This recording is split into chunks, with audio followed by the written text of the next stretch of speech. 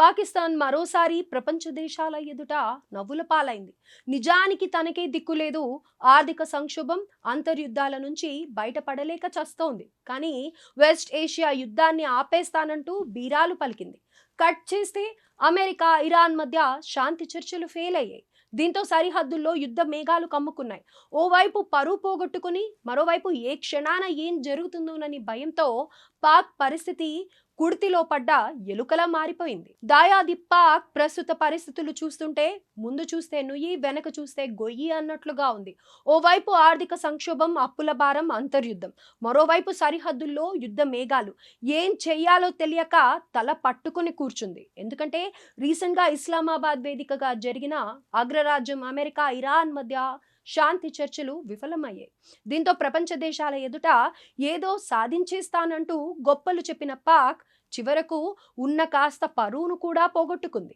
అయితే ప్రపంచ దేశాల ముందు పాకిస్తాన్ శాంతి స్థాపక దేశంగా తనను తాను చూపించుకోవాలని తెగ ట్రై చేసింది. ఉగ్రవాద సంబంధాలు ఉన్నప్పటికీ ఇరాన్, అమెరికా మధ్య సీజ్ ఫైర్ కోసం మీడియేటర్ గా అవతారం ఎత్తింది. ఈ క్రమంలోనే ఇస్లామాబాద్ వేదికగా జరిగిన శాంతి చర్చలు ఫెయిల్ అయ్యాయి. 21 గంటల పాటు విస్తృతంగా జరిగిన ఈ చర్చలు ఎలాంటి ఒప్పందం లేకుండానే ముగిశాయి. ఇరు దేశాల మధ్య ప్రతినిధులు పరిష్కారం కోసం ప్రయత్నించినప్పటికీ కొలిక్కి రాలేదు. ఇంకేముంది, చర్చలు అర్ధాంతరంగా ముగిశాయి. శాంతి చర్చలు సఫలం అవుతాయని, వెస్ట్ ఏషియాలో పరిస్థితులు చక్కబడతాయనే ఆశలకు గండిపడింది. నిజానికి పాకిస్తాన్ ఓ పనికిమాలిన దేశం. ఉగ్రవాదాన్ని పెంచి పోషించే ఆ దేశం శాంతి అనే పదానికి ఆమడ దూరంలో ఉంటుంది.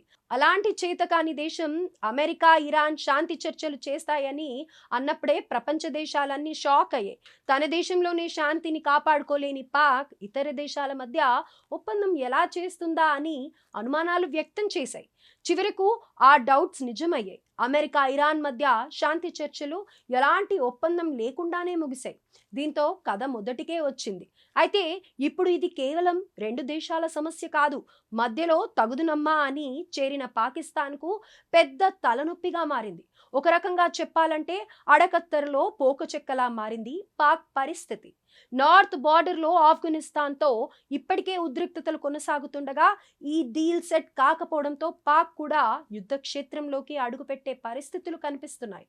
ఇక అమెరికా, ఇరాన్ పై దాడులను తీవ్రతరం చేయాలనుకుంటే పాక్లోని ఎయిర్ బేస్లను వాడుకునే అవకాశం ఉంది. నిజానికి పాక్ అమెరికాకు పర్మిషన్ కూడా ఇచ్చిందనే టాక్ వినిపించింది.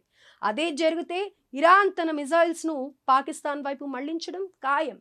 ఇరాన్ చేసే ప్రతీకార దాడులతో పాక్ ప్రపంచ పటం నుంచి మాయమైనా ఆశ్చర్యపడాల్సిన పనే లేదు. అలా కాకుండా అమెరికాకు ఎలాంటి పర్మిషన్స్ పాక్ ఇవ్వకపోతే ఆ దేశం నుంచి వచ్చే ఆర్థిక సాయం, IMF రుణాలు ఆగిపోయే ఛాన్స్ ఉంది. సో ఇప్పటికే ఆర్థిక సంక్షోభంతో సతమతమవుతున్న పాక్ అమెరికా చర్యలతో మొత్తానికి కుప్పకూలిపోతోంది. అంతేకాదు అటు సౌదీ అరేబియాతో పాక్కు రక్షణ ఒప్పందాలున్నాయి. ఒకవేళ ఇరాన్, సౌదీ అరేబియా మధ్య ఉద్రిక్తత పరిస్థితులు ఏర్పడి దాడులు మొదలైతే ఒప్పందం ప్రకారం పాక్ తన సైన్యాన్ని సౌదీకి పంపాల్సి ఉంటుంది. ఇదే జరిగితే పాకిస్తాన్ ఇరాన్ వంటి శక్తివంతమైన దేశాన్ని శాశ్వత శత్రువుగా మార్చుకోవాల్సి వస్తుంది. ఇరాన్ను ఎదిరించడం పాక్ భద్రతకు ఏమాత్రం మంచిది కాదు. వెస్ట్ ఏషియాలో కొనసాగుతున్న ఉద్రిక్తత పరిస్థితుల నేపథ్యంలో పాక్ న్యూట్రల్ గా ఉండాలని కోరుకుంటున్నప్పటికీ అగ్రరాజ్యాల ఒత్తిడి వలన అది సాధ్యమయ్యే పరిస్థితులు కనిపించడం లేదు. ఇరాన్ ప్రతిపాదిస్తున్న 10 షరతులకు అమెరికా అంగీకరించడం లేదు.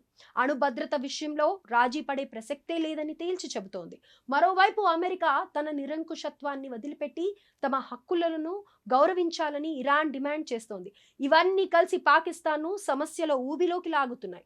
ఒక రకంగా చెప్పాలంటే చర్చల వైఫల్యం కావడం పాక్ పతనాన్ని మరింత వేగవంతం చేసింది. ఏదేమైనప్పటికీ పాకిస్తాన్కు ఇది చాలా కష్ట సమయం అని చెప్పాలి. ఇటు భారత్ సరిహద్దు, అటు ఆఫ్ఘన్ సరిహద్దులు ఇప్పటికే అస్థిరంగా ఉన్నాయి. దేశం లోపల బలూచీలు సరిహద్దుల్లో తాలిబాన్ల వ్యతిరేక పోరాటానికి ఇప్పుడు ఇరాన్ కూడా తోడైతే పాక్ సైన్యం మొత్తం తుడిచిపెట్టుకొని పోతుంది. అంటే ఇరాన్ సరిహద్దు కూడా ఉద్రిక్తంగా మారి దాడులు జరిగితే పాక్ పూర్తిగా తుడిచిపెట్టుకుపోతుందన్నమాట. అలా కాకుండా అమెరికాకు కోపం తెప్పిస్తే ఆర్థిక సంక్షోభం మరింత ఎక్కువై దేశం మొత్తం కుప్పకూలుతుంది. ఇటు ఇరాన్ అటు అమెరికా మధ్య పాక్ పరిస్థితి అడకత్తెరలో పోకచెక్కగా మారింది.